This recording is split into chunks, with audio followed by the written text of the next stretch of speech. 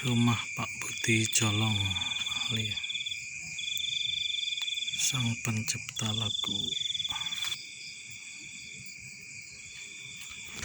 Assalamualaikum Pak Budi. Ini stempel ini. Jadi gini loh, ketua organisasi itu karo sekretariat. Assalamualaikum Pak Budi. Iya, waalaikumsalam Pak Didi. Ribun. Ya, ini saya mau tanya tentang perjalanan Pak Budi dalam membuat lagu. Mungkin pertanyaan awal adalah bagaimana dulu kok bisa menjadi pencipta lagu itu? Bagaimana kok bisa seperti itu? Monggo. Iya, saya aslinya orang media. Jadi waktu zaman saya pertama merantau pertama itu langsung ditarik jadi jurnalis di Simponi dan Swedesi. Nah, ketika itu saya ditugas di kantor untuk wawancara Edi Sud. Edi Sud itu adalah salah satu tokoh musik nasional yang zaman itu pernah memandegani sebuah acara di TV nasional namanya Aneka Ria Safari dan Kamera Ria. Acara ini adalah acara yang sangat brand ya, jadi brand spektakuler zaman itu. Nah, waktu saya lagi wawancara itu, ketepatan almarhum Suwargi Pak Edi itu sangat tertarik dengan pertanyaan yang saya ajukan. Kata beliau, kowe iso nggawe, kowe kok kuasa musik kok apik, kowe iso nggawe lagu. Saya refleks ngomong bisa. Nah, pada waktu itu saya nggak pernah bikin lagu. Terus saya dikasih piano, saya suruh nyanyi spontanitas gitu. Nggak taunya waktu itu direkam sama Mas Aryo Group. Nah, masih zaman pita kaset ya sama Sony. Itu Sony itu apa namanya? Tape portable Sony itu. Posisinya, terus saya dikasih duit. Terus posisinya saya pulang.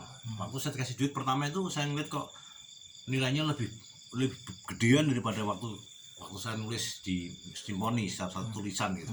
Ini pokoknya beribu kali lipat dari harga waktu nulis di media. Terus posisinya ketika saya pulang, nggak tahu lagu itu masuk Safari. Safari itu adalah sebuah acara yang sangat ditunggu-tunggu seluruh masyarakat Indonesia, Asia Tenggara, khususnya Singapura dan Malaysia. Pokoknya acara ini sangat spektakuler pokoknya zaman itu. Ya, gitu. Acara musik khusus ya di TVRI zaman dulu ya. TVRI, dan waktu itu belum ada TV swasta kayak sekarang. Hanya TVRI. Itu awal-awal saya jadi nggak sengaja. Ceritanya nggak sengaja. Tiba-tiba memang waktu saya ditanyain, kamu bisa bikin lagu nggak? Ketepatan saya dari kecil tuh hobinya main musik, main piano. Ketepatan saya dipelajari, dikasih kursus gratis gitu di perusahaan tempat orang tua saya kerja, dikasih kursus musik itu dikasih gratis. Pastinya saya termasuk piano menguasai walaupun ya gradul bahasanya gitu. Tapi ternyata waktu saya spontanitas itu lagu saya langsung masuk Safari gitu. Artinya apa? Masuk Safari betul lagu saya dilabelkan. Label konteksnya dalam arti bahasa zaman all itu label itu lagu yang diandalkan nomor 1. Awalnya dari situ Pak Didi. Jadi karena ketemu Pak Edi Sud akhirnya disuruh membuat lagu dan akhirnya alhamdulillah berhasil saat itu ya. Jodoh. Terus kemudian lagu sudah berapa lagu yang diciptakan dan jenis genrenya apa saja Pak Budi? Kalau lagu banyak itu ya banyak, harus di kaset banyak, jumlahnya ratusan. Saya sendiri saya lupa, harus didata lagi. Cuman saya mulai pertama dari country. Genre pertama saya geluti country. Saya pernah bikin album sama almarhum Suwargi Mas Prenggi Sayula Tua, country pure. Jadi teman saya itu Mas Prenggi, Tom Slip, Iwan Bales, atau Baret itu teman-teman itu kakak senior saya kurang lebih gitu. Nah, sekarang pastinya terus berikutnya kalau Pak Didiknya genre, terus saya belajar pop anak. Yang bikin share negara Dau itu saya Budi Colong kayak gitu, yang orang Jerman itu. Nah, sekarang posisinya terus berikutnya saya bikin lagu pop pop cengeng, terus pop kreatif seperti Dewi Gita itu yang memunculkan saya. Terus berikutnya karena saya haus dengan keilmuan nulis lagu, bukan musik ya, lagu ya. Saya belajar terus. Waktu itu saya ketemu sama almarhum Suwargi Lewaldi, sama Mana Karma, saya belajar dangdut. Akhirnya saya punya lagu di dangdut banyak, kayak Monggo Mas, Pangeran Cinta itu lagu saya, yang Dian Astri, sangat hit waktu zaman itu loh ya. Nah, sekarang posisinya banyak. Setelah itu saya masuk ke genre Jawa. Genre banyak, genre Jawa banyak saya tulis, salah satunya Wes, Eling Imut, Pantai Asmara, banyak pokoknya, banyak. Nah, sekarang posisinya setelah itu peralihan tahun 98 mau era reformasi, karena saya pikir 98 itu Mei, kasus Mei ya, urusan Mei itu, karena saya pikir negara ini lagi gonjang-ganjing, saya berpikir supaya punya kontribusi dengan negara ini caranya bagaimana. Akhirnya saya menemukan konsep namanya genre nasyid. Dan itu pertama kali saya bikin, dan itu waktu ditentang banyak orang, katanya itu lagu gereja gitu katanya. Tapi setelah lagu itu booming, akhirnya banyak yang niru dan dibakukan bahwa nama musik baru namanya nasyid. Itu saya 98 tuh saya mau bikin album pertama, Sholawat Naria, Yatim Piatu, terus 25 Nabi. Itu Wafik Haji album 1, 2, 3. Terus saya bikin lagi Mohon Ampun, terus Wahdana, terus seterusnya. Terus begitu nasyid itu booming, terus akhirnya yang di tahun keduanya saya bikin yang tahun kedua apa ketiga lupa, saya bikin Sulis. Jadi nasyid juga yang wadah apa ya Toiba itu rekamannya saya yang lagu itu. Sulis itu Yatim di Solo sana, waktu itu masih SD, saya bawa ke tempatnya studio Mas Mantos ini di Bayan. Saya isi vokalnya di sana. Yang ya Toiba itu ciptaan Pak Budi ya? Ciptanya bukan, cuman produksi itu yang nanganin saya. Produksinya. Iya, yang nanganin saya. Karena saya selain sebagai pencipta lagu, saya juga arranger, saya juga produser pelaksana. Gitu. Jadi tapi lebih banyak di waktu saya di musik ini lebih banyak jadi produser pelaksananya ini. Karena yang produksinya saya produksi sudah banyak sekali. Gitu Pak Didi. Nah, sekarang posisinya jadi hampir semua genre sudah saya bikin. Dan saya bikin lagu pertama, Jawa pertama, Sok Peng, album Sok Peng, sama album almarhum Isyarianto, almarhum Mus Mujiono, Mus Mulyadi ya, Mus Mulyadi. Terus Mbak Titi Sandora. Itu satu waktu untuk konsumsi Suriname itu pertama produksi lagu Jawa yang masuk ke sana, bagiannya adalah ada itu kasetnya. Bagiannya adalah itu produksinya Indonesia Record. Ada jaringan distribusinya Virgo, tapi nggak kita edarkan di Indonesia, khusus untuk Suriname. Namanya album Sok Peng. Sok Peng ya. Saya ya 10 orang. Itu ada Betty Karoso, Titi Sandora, Mus Mulyadi, Isyarianto, terus siapa singanya Geduk, siapa itu? Nur Afni, terus saya sebagai penyanyi sih, sebagai pencipta lagu dan sebagai penyanyi. Nah, waktu itu jak lancaran ke Suriname saya. Jadi orang Suriname pertama, geng kita pertama. Habis itu kesininya muncul namanya Kempot. Gitu.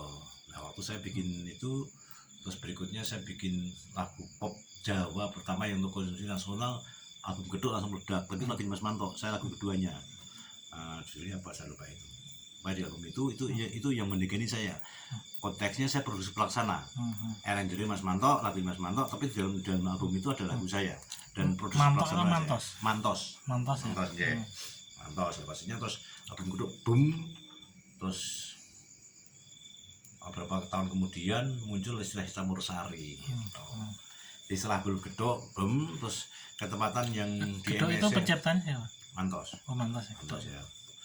Yang itu Geduk itu kan produksinya itu katakan itu yang punya produksi wartawan senior, Mas Budi Susatyo namanya, Geduk ini. Karena waktu itu kan zaman itu setelah saya bikin yang untuk Suriname ini untuk kaset format Jawa, genre Jawa itu hilang, sepi. Terus Mas Budi Susatyo itu yang bikin slang juga. Jadi satu tahun bikin Geduk sama bikin slang sama. Slang grup slang yang band-band yang top itu. Nah, itu pastinya yang produsernya wartawan juga. wartawan dan fotografer terkenal orang dari Semarang, Budi Susatyo. Nah, maksudnya produser eksekutifnya beliau, produser pelaksananya Budi Colong gitu. Ceritanya gitu. Album itu boom. Terus saya bikin lagi yang produser pelaksana saya lagi di MSC namanya Kangen. Aranjeri Mas Mantos, lagunya Mas Mantos, produser pelaksana saya itu yang di MSC. Evi Tamala. Terus jeda berapa kira-kira setelah kurang lebih tahun itu juga ya muncul istilah campur sari gitu. Dan formatnya dengan yang getuk dengan yang lagu kangen formatnya udah beda. Karena ini semi pop, kalau ini udah campur sari, udah ada apa namanya siter udah dimasukin, saron dimasukin, ya campur sari udah gitu ya. Maksudnya alat etniknya muncul dan lebih dominan. Kalau yang geduk pertama itu kan pure pop Jawa gitu ya. Iya. Iya, nggak.